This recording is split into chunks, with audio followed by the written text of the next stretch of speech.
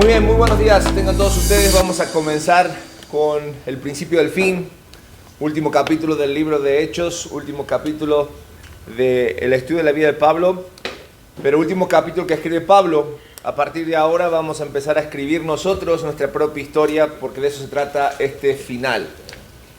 ¿Has escuchado la frase llovido sobre mojado? Sí, llovido sobre mojado es una frase bastante peculiar y particular que sucede más de lo seguido en nuestra vida de lo que nosotros quisiéramos que suceda. Eso es lo que pasa en nuestra vida. Y desde el capítulo 22, en el que Pablo comienza siendo arrestado allí en Jerusalén, y este arresto fue injusto porque no había una causa válida o una causa que se pudiera sostener. Creo que comienza esta situación del apóstol Pablo que se desencadena en una espiral que lo va a desembocar al capítulo 28 que vamos a estudiar el día de hoy, porque en el capítulo 23 hay un complot para asesinarlo, ¿te acuerdas? Y después en el capítulo 24 él va a estar preso durante 2 años sin que nadie le diga absolutamente nada, pidiéndole uno que otro soborno para poder sacarlo y no pasa nada. Y en el capítulo 25, aún habiendo cambio de autoridad, Pablo sigue siendo acusado injustamente para llegar al capítulo 26, donde él tiene la oportunidad de presentar defensa delante del rey Herodes de Agripa, y lo único que parece que es la solución es entregarlo y llevarlo a Roma para que allí lo juzguen. Pero el capítulo 27, camino a Roma, se encuentra ¿con qué? Con que la barca hace aguas y terminan naufragando. Llegan a tierra firme, así termina el capítulo 27, pero la pregunta es, ¿se acaban los problemas? No. Llega el capítulo 28. Y es interesante porque el capítulo 28 nos va a describir uno de los momentos más interesantes en la vida del apóstol Pablo, porque después de aquel naufragio, donde él al final terminó siendo el que, como prisionero, el que puso calma, el que les dijo, ¿se acuerdan? Miren, Dios me dijo que todos vamos a llegar, así que nadie se baje del barco. Dios tiene un propósito y me dijo que todos vamos a llegar a Roma, así que tranquilos. Y cuando llegan a aquella isla, porque así termina el capítulo 27, todos mojados, y apenas están empezando a calentarse junto al fuego, la situación de Pablo se complica. Se complica. ¿Por qué digo esto? Porque humanamente el panorama de Pablo es terrible. A lo que ya vimos de los capítulos 22 hasta aquí, sobrevive al mar, ahora va a enfrentar una situación que lo vuelve a poner en riesgo de muerte, y hay una realidad en la vida de él. Sigue siendo todavía en Hechos capítulo 28 prisionero. Pero vamos a ver algo poderoso que ocurre en este lugar y que nos va a enseñar, varones, que la adversidad no revela debilidad en el hombre de Dios, sino que la adversidad revela el carácter del hombre. Y muchos hombres creen que la fe se pone a prueba en un lugar controlado o santo, o en un lugar tranquilo donde las cosas no van a suceder, pero la Biblia nos enseña que el carácter, que la fe se pone a prueba en medio de las crisis. Por eso hoy vamos a ver a través de Hechos capítulo 28 4 enseñanzas o características de hombres que deciden servir a Dios y no a las circunstancias. Deciden servir a Dios y no a las circunstancias. Vamos a Hechos capítulo 28, y vamos a introducir esta lectura. Vamos a ver lo que Pablo está haciendo. Dice, versículo 1, estando ya a salvo, supimos que la isla se llamaba Malta, y los naturales nos trataron no con poca humanidad, porque encendieron un fuego, nos recibieron a todos a causa de la lluvia que había caído el frío. Entonces, habiendo recogido Pablo alguna rama seca, las echó al fuego. Y esta es la primera actitud que todo hombre debe tomar cuando decide servir a Dios. Y completamos en nuestras hojas. La primera actitud es, el hombre de Dios sirve aun cuando está cansado. ¿Por qué digo cansado? Oye, acaban de pasar ¿cuántos días en el mar? ¿Se acuerdan cuántos días habían estado en penumbras y azotados? Más de 14 días. La solución era que la nave había encallado, se había deshecho, habían caído al mar y ahora estaban en una isla. Son 14 días sin mal comidos, sin dormir. Cuando tú llegas a una isla, lo último que quieres hacer es ponerte a chambear. Aparte te hicieron un fueguito, arrímate ahí. Y aparte de todo, Pablo era prisionero. o sea, me están maltratando, yo voy a hacer algo para los demás, olvídate. Sin embargo, vemos que el apóstol Pablo no está diciendo, oye, yo soy el apóstol Pablo, atiéndanme, yo soy el que tiene aquí el ministerio, yo merezco descansar. No, dice que la primera actitud del apóstol Pablo al llegar a la orilla es ponerse a servir a los demás. Sin ser el capitán, porque no era el capitán, mucho menos era el anfitrión que estaba recibiendo a los demás, no era el líder de la isla, era un simple prisionero. Pero había algo que nosotros hemos descubierto a través de toda esta historia del apóstol Pablo, que él tuvo siempre claro. Y eso era que él no se iba a mover nunca por lo que dictaba su corazón, sino por lo que él había aprendido de la persona de Jesucristo. Y Marcos capítulo 10, versículo 45 nos da la pauta de cómo debe ser nuestra actitud o cuál debe ser nuestra intención al querer imitar esta actitud de Pablo, porque Marcos 10, 45 dijo, porque el Hijo del Hombre, ¿quién es el Hijo del Hombre? Jesucristo. No vino, ¿para qué? Para ser servido, sino para servir y dar su vida en rescate por muchos. Cuando nosotros como varones renegamos acerca de nuestro liderazgo y queremos marcar nuestro liderazgo ante los demás, este versículo nos define cuál es el modelo supremo de liderazgo a través de Jesucristo. Y eso es que aunque el Señor en este versículo declara que no vino o que vino a dar su vida y a servir, nos está enseñando acerca de la masculinidad bíblica, que la grandeza no se mide por la posición que nosotros podemos obtener en la vida, no, sino que la grandeza, o mejor dicho, o la masculinidad se define por el sacrificio y por el servicio que somos capaces de hacer por los demás. Y me encanta este sentir y esta actitud del apóstol Pablo, que nos da pauta para entender que no importa las cosas que ocurren en nuestras vidas, el servicio en nosotros debe ser incondicional. Incondicional. Trae bendición el servir. Fíjate lo que dice Proverbios capítulo 22, versículo 29. ¿Quién me lo lee en voz alta? Dice, ¿has visto? Hombre solicitó. Solícito, esa es la palabra. ¿Has visto hombre solícito? Solícito en su trabajo. Ajá. Delante de los reyes estará, no estará delante de los de baja condición. Fíjate, la palabra de Dios no nos está diciendo que nosotros debemos aspirar a los grandes lugares cuando empezamos a servir, sino que debemos ser solícitos. Esa palabra también significa diligente, es decir, hacer lo correcto, seguir las reglas, guardar las normas. Y cuando hablamos de servicio, la norma es que nosotros servimos a Dios a través de las cosas que hacemos. Entonces Proverbio nos está diciendo, mira, ¿has visto a hombre diligente? Lo que tienen que entender es que el hombre diligente termina siendo al final reconocido y colocado en posiciones de influencia. No porque la busque, no, porque la diligencia no pasa desapercibida ante Dios. Y es Dios quien se encarga, dueño de todas las cosas, de poner todo en su lugar. Todo en su lugar. Pero también el proverbio dice que no solamente Dios se va a encargar de ver tu correcto andar, sino que también lo va a reconocer delante de Él, pero también delante de ¿quién? De los hombres. Él se encarga. Él se encarga. Entendamos claramente que nuestro servicio debe comenzar siempre con la intención correcta, que es agradar a Dios. Y lo demás lo dice Colosenses capítulo 3, versículos 23 y 24. Y todo lo que hagáis, hacerlo de corazón, ¿como para quién? ¿Viste que no dice aquí, como para obtener la gracia de los hombres, como para obtener un buen puesto, para obtener el reconocimiento? No sé ustedes, pero en mi infancia había una frase que decía, aplauso, medalla y beso, ¿no? Íbamos tras el reconocimiento, que todo te hiciera sobresalir, que tu esfuerzo era sobresaliente para que los demás te reconocieran. Y eso era tu motivación. Claro que la excelencia debe ser nuestra motivación, pero la excelencia no es para recibir el aplauso, la medalla o beso de las personas. Eso va a llegar, eso va a llegar. Lo primero que debemos hacer es que lo que hacemos, lo hacemos como para el Señor y no para los hombres, sabiendo que del Señor recibiréis, ¿qué cosa dice? La recompensa de la herencia, porque a Cristo el Señor servís. Pablo claramente está diciendo aquí que todo el trabajo que hagamos debe hacerse para el Señor y no para agradar a los hombres.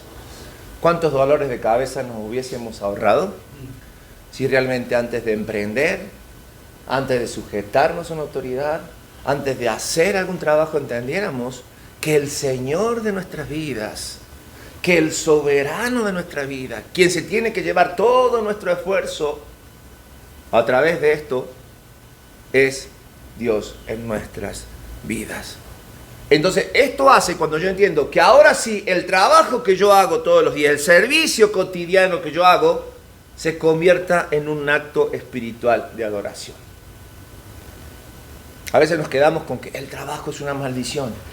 Si Adán hubiese pecado, el trabajo no sería tan difícil. No. Lo primero que Dios hizo con Adán fue hacer lo que? Trabajar. Incluso antes de que el pecado estuviera allí presente. Trabajar. Porque Dios pensó desde el principio que el trabajo era la forma que Dios le daba al hombre para honrarlo, para adorarlo. Hombres, un verdadero hombre de Dios no espera ser servido, sino sirve en todos los ámbitos, en todos los ambientes. Por un caso muy simple, cuando llegas a tu casa. ¿A qué hombre no le gusta llegar a su casa después de 8, 10, 12 horas y sentirse bienvenido, sentirse ese olor a comida, poder sentarte en tu silla favorita, tener el plato de comida enfrente, ¿me entiendes? Y no solamente agasajar en el día tu apetito, ¿no es cierto?, del estómago, sino también agasajarte al final con la mujer de tu juventud. Cerrar, coronar el día. Eso es muy bueno, ¿verdad? Eso es lo ideal. Pero sabemos que para obtener antes nosotros tenemos que llegar a nuestra casa con la actitud correcta. Y la actitud correcta, aunque estemos cansados, debe ser ¿cuál? Servir. ¿En qué te ayudo? ¿Me entiendes? No llego golpeando la mesa, llego poniendo los platos. ¿Me entiendes? No vengo exigiendo, vengo ayudando. Vengo chuleando, ¿me entiendes? Con un corazón correcto. Y no solamente en la casa, porque a veces eso lo trasladamos a otros ambientes. En la iglesia. Pensamos que debemos llegar y estar todo listo para que yo me siente en la silla de todos los domingos y que no toquen desafinado y que canten bonito y que los diáconos, ¿me entiendes?, estén ahí y me saluden. Estos diáconos, de veras. Pero, ¿y qué? ¿Yo qué? ¿Yo qué? Es que yo estoy cansado. Son muchas horas de trabajo. La semana es muy estresante. Aunque estés cansado. Pablo, aunque venía de naufragar. Pablo, aunque era prisionero. Pablo, aunque quizás podríamos decir, tenía un montón de pensamiento en contra de esa gente. Pablo decidió servir. A pesar del cansancio. Mira, hombre débil exige atención. Hombre fuerte sirve sin buscar reconocimiento. ¿Y a quién crees tú que Dios va a honrar? ¿A quién crees? Al que sirve. Al que sirve. A ese honra a Dios. ¿Por qué? Completamos en nuestras hojas. Porque la masculinidad bíblica no se mide por autoridad, sino por servicio. Sino por servicio. Dos. El hombre de Dios enfrenta ataques inesperados. Ataque inesperado. ¿Por qué decimos ataque inesperado? Hasta aquí todo bien, ¿no? El apóstol Pablo se baja, sale del mar, ¿no es cierto? Todo mojado, se empieza a secar, ve que necesita el fuego, se está apagando, necesita leña, agarra. Pero ¿qué pasa? Versículo 3, el final dice: y una víbora, huyendo del calor, se le prendió de la mano. Dice: y cuando los naturales vieron a la víbora colgando de su mano, se decían unos a otros: ciertamente este hombre es homicida, ¿a quién escapando del mar la justicia no lo deja vivir? Una víbora se le prendió de la mano. Es decir, decíamos al principio, llovido sobre mojado, ¿no? Pablo está escapando de un naufragio, está sobreviviendo al mar. O sea, ¿qué más le puede pasar? Injusticia tras injusticias, y ahora llega, y después que parece que todo empieza a hacer calma, el ataque vino después del milagro. Después de sobrevivir, Dios obró el milagro, llega el ataque. Déjame decirte, muchas veces esto pasa en la vida de cada uno de nosotros, las vidas de los hijos de Dios. Después de una victoria, después de una bendición, después de una oración contestada, viene el ataque. Por eso nosotros necesitamos no relajarnos en la vida cristiana. Jamás nadie que se relaje en la vida cristiana le va bien. Mira, Había un profeta que estaba relajado, tirado en su hamaca, y Dios le dijo, necesito que vayas a Nínive a predicar. ¿Quién era? Jonás. Él estaba relajado, dijo, ¿sabes qué? A Nínive ni, me voy para el otro lado, me voy para Tarsis. Diciendo, los ninivitas ni merecen que yo les predique. Son asesinos, matan profetas, ¿a qué voy a ir para allá? Yo estoy tranquilo, mejor me voy para el otro lado. Y la historia la conocemos. No hay que relajarse en la vida cristiana. Aparte, Dios rara vez utiliza al que está relajado.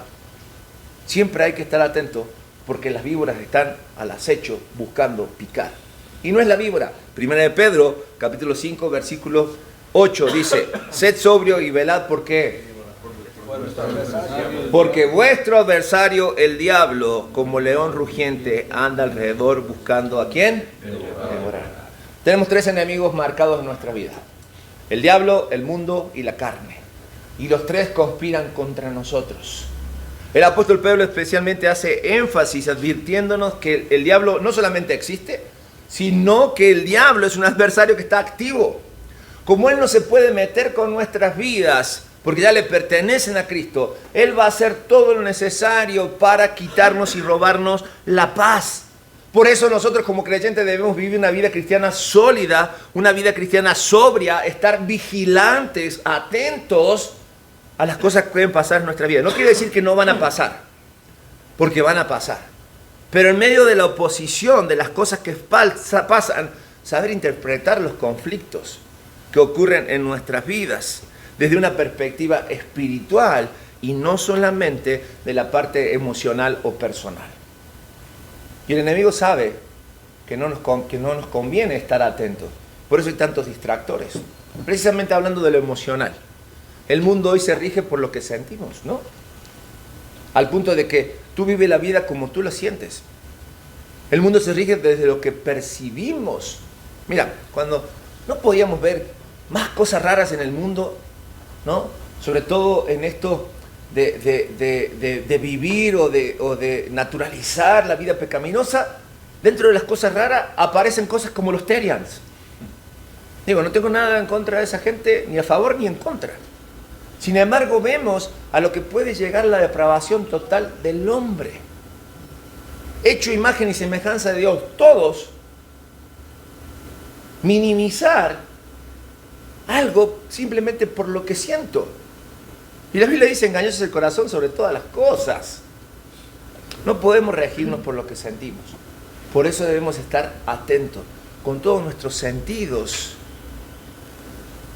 despiertos, para poder dar lucha a aquellas cosas que llegan a nuestras vidas. Porque nuestra lucha no solamente, dice la palabra de Dios en Efesios capítulo 6, versículo 12, es contra qué, contra carne ni sangre, sino contra principados, potestades, contra los gobernantes de las tinieblas de este siglo, contra las huestes espirituales de maldad en las regiones celestes. En las regiones celestes. La oposición espiritual, amados, en nuestras vidas es una realidad constante. Debemos estar atentos todo el tiempo. Solamente necesitamos deslizarnos tantito para irnos en una gran resbaladilla y no poder poner freno a nuestra caída. Un ejemplo práctico en la palabra de Dios es la vida de Job, ¿te acuerdas? La historia de Job comienza diciendo que era un hombre justo que tenía una relación profunda con Dios. Y de repente llega el diablo y le dice, bueno, pero si tú le das todo, ¿cómo no va a ser agradecido? ¿Cómo no va a tener una vida en la cual te adore y te agrade? Dijo Dios, bueno, mira, ¿sabes qué? Versículo 7. Entonces salió Satanás de la presencia de Dios porque Dios le dio permiso para tocar todas las cosas excepto su vida. Y lo primero que hizo salió Satanás de la presencia de Jehová y hirió a Job con una sarna maligna de la planta del pie hasta la coronilla de la cabeza. Y todo lo demás es conocido. Le quitó todo excepto su esposa. Y abro paréntesis y quiero aclarar acerca de esto. ¿La esposa de Job también sufrió como Job? No. Claro que sí. Porque, a ver, ¿los hijos qué? ¿Lo perdió solo Job? ¿La madre estaba de adorno? O sea, los animales, el esfuerzo de toda una vida juntos, ¿quién lo perdió? O sea, no nos hagamos. O sea, somos muy rápidos para juzgar. No señalamos. Ah, ¿cómo no también se llevó la mujer? No, es más, la mujer era tan necesaria en la vida de Job que el propósito por el cual Job fue probado siendo un hombre justo, lo declara Job al final del libro. Todo lo que viví, la traición de mis amigos, ¿me entiendes? La pérdida, era para entender que yo conocía a un Dios de oída. Pero en medio de la prueba pude entender y ver la presencia de Dios en mi vida. Y habla acerca de la mujer y digo, la mujer de Job era tan importante que cuando Dios decide devolverle todo a Job, le devuelve hijos con esa mujer. Y la vida con esa mujer. ¿Me entiendes? Todo, absolutamente todo. Y dice que el postrer estado de Job vino a ser mucho mejor que el primero. Claro, nadie le devolvió las pérdidas, sobre todo aquellas emocionales que él tenía, pero Dios suplió, contuvo e hizo de Job, después de aquella prueba, un hombre nuevo. Por lo tanto, nosotros debemos estar atentos porque el sufrimiento en nuestras vidas no necesariamente es castigo, sino es parte de un escenario espiritual mayor para cada uno de nosotros. Lo volvemos a decir al hartazgo. No es para que nos tiremos, para que nos levanten, sino es para reconocer y ver que Dios está obrando en forma espiritualmente profunda en nuestras vidas. Porque muchos hombres cuando llegan las pruebas, y perdón la expresión, se rajan, se salen, huyen. Cuando llegan los problemas económicos, cuando llegan las tentaciones, los conflictos familiares, las presiones laborales, es mejor que digan que aquí huyó, que aquí quedó. Pero no se trata de eso, hombres. Un hombre de Dios entiende que los ataques no significan que Dios me abandonó, sino que estoy en el camino correcto. Creo que eso lo tienen que poner en sus hojas, ¿no? Que estoy en el camino correcto. Es como los exámenes en la escuela, ¿no? Como lo contábamos en la escuela, cómo nos chocaban los exámenes. Pero los exámenes tenían un propósito. Después de transcurrir un trimestre o un semestre o todo un año, al final venían los exámenes. ¿Para qué? En primer lugar, para afianzar conocimiento. Para saber qué te había quedado de todo lo que habías aprendido. Y una vez aprobado el examen final, ¿qué pasaba? Felicidad. Pasabas a otro nivel. Ya no eras de este nivel. Ya estabas listo para el otro nivel. Bueno, mira, la oposición espiritual, completamos en nuestras hojas. La oposición espiritual, las pruebas, es parte de la vida cristiana. No hay para dónde hacerse. Y recuerda siempre este axioma. Prueba no superada, prueba repetida. Prueba repetida. 3. El hombre de Dios no vive definido por la opinión de la gente. Y aquí te pregunto, ¿cuánto te importa o cuánto afecta lo que digan los demás acerca de ti? ¿Por qué digo esto? Vamos a Hechos capítulo 28, versículo 4. Vimos, cuando los naturales vieron a la víbora colgando de su mano, dijeron al final, bueno, pues este hombre es un homicida, porque a quien sacándolo del mar, ahora la justicia no lo deja vivir. Pero, versículo 5, dice la palabra de Dios, pero él sacudiendo a la víbora en el fuego, ningún daño padeció. Entonces los que estaban ahí mirando le dijeron, ellos estaban esperando que él se hinchase o cayese muerto de repente, mas habiendo esperado mucho, viendo que ningún mal le veían, cambiaron de parecer y dijeron que este era Dios. Ándale. O sea, merece la muerte y al rato es un Dios. ¿Qué onda? Mira, en cuestión de minutos Pablo pasó de ser un criminal a ser un Dios. Entendamos, la opinión humana es inestable. Es totalmente inestable. Gálatas capítulo 1, versículo 10 lo define perfectamente. Dice, ¿busco ahora el favor de los hombres o el de Dios? ¿O trato de agradar a los hombres? Pues si todavía agradara a los hombres, no sería siervo de Cristo. Pablo sabía mucho de esto. Jesucristo lo vivió en carne propia. A la hora de los golpes, ninguno de los 12 con el que él había trabajado estuvo al lado de él. Uno lo vendió, otro lo negó y los otros 10 huyeron. Pablo igual. Pablo un día estaba acá, la gente lo admiraba, ¿me entiendes? Al otro día era el peor de todos. Y eso pasa en nuestras vidas. Pablo declara que es imposible servir verdaderamente a Cristo si el objetivo principal es agradar a los hombres. No hay congruencia en eso, no hay. ¿Por qué? Porque ser un verdadero discípulo de Cristo exige libertad de la aprobación humana. Libertad de la aprobación humana. No podemos ir por este mundo tratando de quedar bien con todos o tratando de agradar a todos. Porque traemos una verdad que incomoda. Porque vivimos una vida que no agrada a este mundo. Porque somos llamados a ir contracorriente. No pertenecemos a. Por lo tanto, la palabra de Dios nos va a decir en Proverbios capítulo 29, versículo 25, lo siguiente: el temor del hombre pondrá lazo, mas el que confía en Jehová será exaltado. El temor del hombre es presentado aquí como una trampa. Las palabras del hombre es lisonjeras para nuestras vidas o aquellas que nos enchulan. No es otra cosa más que una soga que se va enroscando en nuestra vida, que en algún momento alguien va a jalar para que nosotros caigamos. Esa es la realidad. Sin embargo, cuando una persona vive controlado por la opinión ajena, dice este versículo que va a perder hasta la libertad.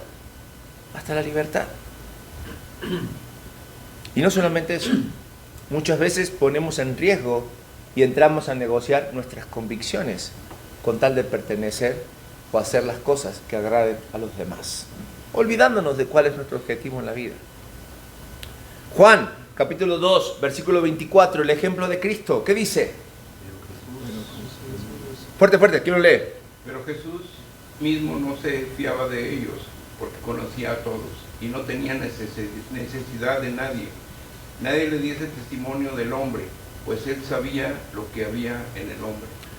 Jesús nunca dependió del reconocimiento humano. Y mira que hizo muchos milagros, Y mira que podría haber sido levantado sobre los hombros muchas veces. El pueblo incluso de repente quería ya entronarlo. Pero cuando veían que Jesús no se dejaba y que no hacía caso a la multitud, empezaron a perseguirlo y querían matarlo. Los mismos que vieron sus milagros y disfrutaron sus milagros, después le dijeron: crucifíquenle. La opinión del hombre es inestable. Por eso Jesús nos dice que nuestra identidad, al igual que la de Jesucristo, no debe estar basada en la aprobación pública. Porque el hombre que vive para agradar a la gente va a cambiar su carácter, va a cambiar sus convicciones, incluso va a dudar hasta de su fe. Pero el hombre de Dios debe vivir siempre con una consigna. Y esa consigna es: ¿qué haría Jesús en mi lugar? ¿Cómo agrado al Padre? Hace algunos años, recuerdo, había una campaña con unas pulseritas de colores que tenía las iniciales en inglés, que eran: ¿qué haría Jesús en mi lugar? O ¿qué haría Jesús ahora? ¿No? Y hay muchos criticaron porque, pues mercadotecnia y todo lo que tú quieras. Pero es una buena frase que se graba no solamente ya en una pulserita, sino en tu mente y en tu corazón. ¿Qué haría Jesús en tu lugar? ¿Cómo trataría a tu esposa? ¿Cómo trataría a tus hijos? ¿Cómo encararía los negocios? ¿Cómo atendería a tus clientes? ¿Cómo atendería a tus jefes? ¿Qué vocabulario utilizaría? ¿Qué amigos tendría? ¿Qué haría Jesús en mi lugar? ¿Buscaría agradar a todos? Jesús no tuvo muchos amigos. Porque si querías ser amigo de Jesús, tenías que hacer lo que él decía. Porque él decía o decidió obedecer al Padre. Y él hablaba cosas espirituales y eternas. Nuestra vida es así. Déjame decirte algo de la gente. La misma gente que te critica hoy, mañana te va a admirar. Pero pasado mañana, ¿qué crees? Te va a volver a criticar. Porque así es. Completamos en nuestras hojas. La identidad del creyente no depende de la aprobación humana. Y 4, el hombre de Dios convierte la crisis en oportunidad. O si lo quieres en plural, convierte las crisis en oportunidades. Versículos 8 y 9. Después que pasó todo esto, que el apóstol Pablo, ¿no es cierto?, había allí mucha gente, empezó a llegar, se juntó mucha gente. Dice el versículo 8: y aconteció que el padre de Publio estaba en cama, enfermo de fiebre y de difteria, y entró Pablo a verle, y después de haber orado le impuso manos, ¿y qué dice? Y lo sanó. Versículo 9: hecho esto, también los otros que en la isla tenían enfermedades, venían y eran. A ver, ¿No había llegado Pablo como prisionero a aquel lugar, como náufrago? ¿No eran los que decían, este tiene que morirse y al rato era un dios? ¿Qué estaba haciendo Pablo? Lo mejor que Pablo sabía hacer. Toda crisis en la vida de Pablo fue una oportunidad para cumplir su propósito. Él era un enviado de Dios, era un mensajero de Dios, era portador de la fe de Dios y del poder de Dios, y él nunca desaprovechó una oportunidad para hacer lo que tenía que hacer. ¿Por qué? Porque Dios en nuestras vidas puede hacer lo mismo que hace en la vida del Pablo. Dios puede transformar un accidente, un incidente, una situación incómoda en nuestra vida en una plataforma de ministerio. Sí, en una oportunidad. Romanos 8:28. Y sabemos que los que aman a Dios, todas las cosas le ayudan a bien. Esto es, los que conforme a su propósito son llamados. Una vez más, este versículo nos recuerda que la soberanía de Dios está sobre todas las circunstancias, incluso sobre los eventos difíciles.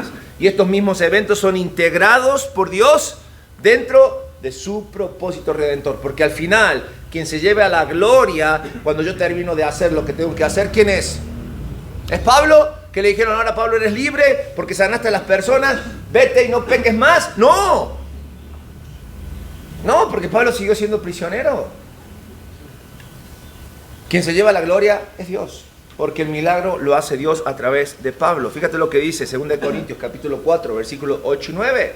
Seguimos o estamos atribulados en todo, mas no angustiados, en apuro, mas no desesperados, perseguidos, mas no desamparados, derribados, pero no destruidos, llevando en el cuerpo siempre por todas partes la muerte de Jesús, para que también la vida de Jesús se manifieste en nuestros cuerpos. Quien te dijo que la vida cristiana es color de rosa, te mintió. Pero este versículo claramente habla del poder de la resiliencia que el cristiano encuentra en la persona de Jesucristo. Es poder dejar las cosas que pasan atrás y seguir adelante entendiendo que Dios puso en mí un propósito, puso la marca de Cristo. La vida de Cristo la puso en mí para que yo comparta a los demás la vida de Cristo. Aunque enfrentes presión extrema, no es el fin. Mientras hayas vida, hay poder de Dios sosteniendo tu ministerio. Y eso es lo que tenemos que hacer. Propósito como hombre. Génesis capítulo 50, versículo 20. José, el soñador, vendido por sus hermanos, traicionado, mintiendo a su padre. Parecía que a los hermanos nunca más la sombra de José iba a caer sobre ellos. Pero Dios tenía otros planes. El hambre llegó, los problemas llegaron y los hermanos llegan a Egipto y se encuentran con un señor que administraba todas las cosas, al cual no reconocen. Y cuando se dan cuenta en quién es, parece que es tarde. Porque ahora el que tiene el sartén por el mango es aquel que tanto mal le habían hecho. Y era un hombre poderoso, que si le temblaban las patitas, le temblaba todo el cuerpo. Seguramente más de uno pensó, pues hasta aquí llegamos. Pero fíjate la resiliencia de José a través de la gracia y el perdón de Dios. Versículo 20 del capítulo 50 dice, vosotros pensasteis mal contra mí, mas Dios lo cambió, ¿qué? Dios lo cambió, lo encaminó a bien, para hacer lo que vemos hoy, para mantener en vida a mucho pueblo. Y no estaba diciendo por lo que estaba pasando, sino por lo que iba a venir, porque este es el inicio del pueblo de Dios. Sí, aquello que hicieron cuando lo tiraron al foso y después lo vendieron a los mercaderes, le dijeron al papá que se había muerto. Fue totalmente injusto tratándole en Egipto, pero dice que Dios siempre estuvo con José, al punto que lo puso, después el faraón era el que mandaba. Pero no fue de la noche a la mañana, fueron años de injusticia, de sufrimiento. Pablo también. Cristo también. La vida cristiana es así. La vida cristiana. Dios, me encanta este versículo, Dios lo transformó ¿en qué? ¿A la maldad? ¿Dios la transformó en qué? La encaminó a bien, la transformó bien. Y este es el principio constante que se repite en la vida de todo cristiano. De todo cristiano. Cuando muchos hombres se preguntan, ¿por qué estoy pasando esto? ¿Por qué estoy sufriendo esto? El hombre de Dios, el Hijo de Dios, debe preguntarse, ¿cómo puede Dios usar esto en mi vida? Sí, porque Dios es especialista en utilizar nuestras crisis, nuestras pérdidas, nuestras enfermedades, nuestra historia. Él es especialista en eso. Porque Dios tiene el poder de redimir la crisis y convertirlas en instrumentos de su propósito. Tiene el poder de redimir las crisis y convertirlas en instrumentos de su propósito. Y el capítulo 28 no termina allí, sino que nos va a decir más adelante, y vamos al final, versículos 30 y 31. Porque al final Pablo sí llega a Roma. Bueno, ya está, llegó a Roma. Pero a disfrutar de la vida, no, fíjate lo que dice, versículo 30. Y Pablo permaneció 2 años enteros en una casa alquilada y recibía a todos los que en él venían. Dice, predicando, ¿qué cosa? El reino de Dios y enseñando acerca del Señor Jesucristo abiertamente y sin impedimento. Lo que hoy conoceríamos como prisión domiciliaria, ¿no? Con la famosa, ¿qué le ponen en el tobillo, ¿no? El arraigo, ¿no? Sí, el arraigo domiciliario, que muchas veces le ponen como algo en el tobillo para que... El sensor para que no se escape. Bueno, a Pablo le ponían grilletes, cadenas, ¿me entiendes? Sin embargo, fíjate qué curioso. Después de todo lo que vimos en los capítulos de Pablo, en los capítulos de la vida de Pablo, los capítulos anteriores, podemos decir que la escena final de esta historia es impresionante. ¿Por qué? Porque Pablo llega finalmente a Roma. Pablo llega encadenado, como prisionero, vigilado, y después de juicios injustos que sufre en Roma una vez más, ¿no es cierto? Ahora, humanamente podemos decir, por todo lo que pasó, el naufragio, la picadura de la víbora y todo, la historia de Pablo fue un fracaso. Tanto para terminar otra vez encerrado. Bueno, déjame decirte que la historia no termina ahí, y no termina así. El imperio más poderoso del mundo que existía, que era el Imperio Romano, pensaba que teniendo encarcelado y encadenado a Pablo, se acababa el problema. Pero ¿qué crees? La realidad era esta, que las cadenas podían detener a Pablo, pero no detuvieron el Evangelio. No detuvieron el propósito. Y aquí está la verdad poderosa de todo este estudio que hemos tenido acerca de la vida del apóstol Pablo. Y es que un hombre de Dios puede ser limitado en sus circunstancias, pero no puede ser detenido en su propósito. No hay circunstancia que sea una excusa en nuestras vidas para no cumplir con el propósito de Dios. Porque Dios lo va a hacer con mi voluntad o sin mi voluntad, Él va a obrar. Él va a hacer las cosas. Hay casos en la Biblia. Sansón, que se creyó poderoso y pensaba que tenía todo bajo control.